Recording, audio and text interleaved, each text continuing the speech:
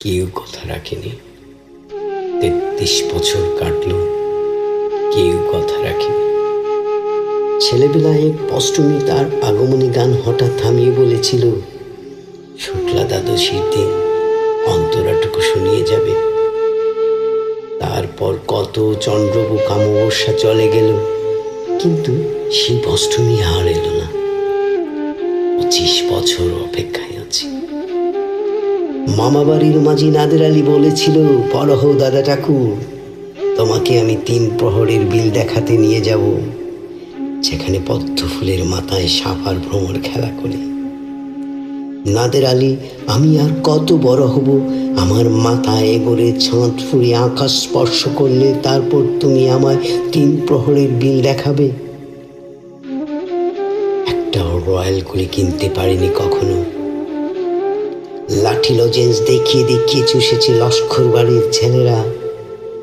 ভিখারির মতন চৌধুরীদের গেটে দাঁড়িয়ে দেখেছি ভিতরের রহস্য।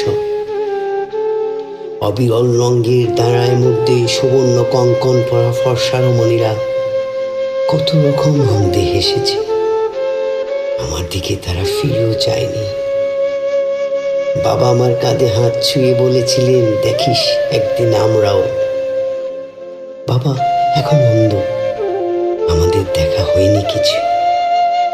সেই রয়্যালগুলি, সেই লাঠি লজেন্স, সেই রাস উৎসব আমায় কেউ ফিরিয়ে দেবে না।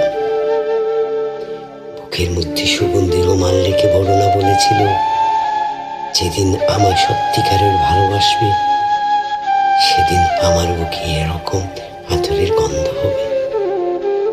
ভালোবাসার জন্য আমি হাতের মুঠোয় প্রাণ নিয়েছি। দুরন্ত সারের চোখে বেঁধেছি লাল কাপড়।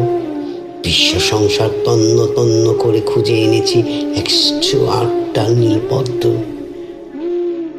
তবু কথা রাখেনি বড়না।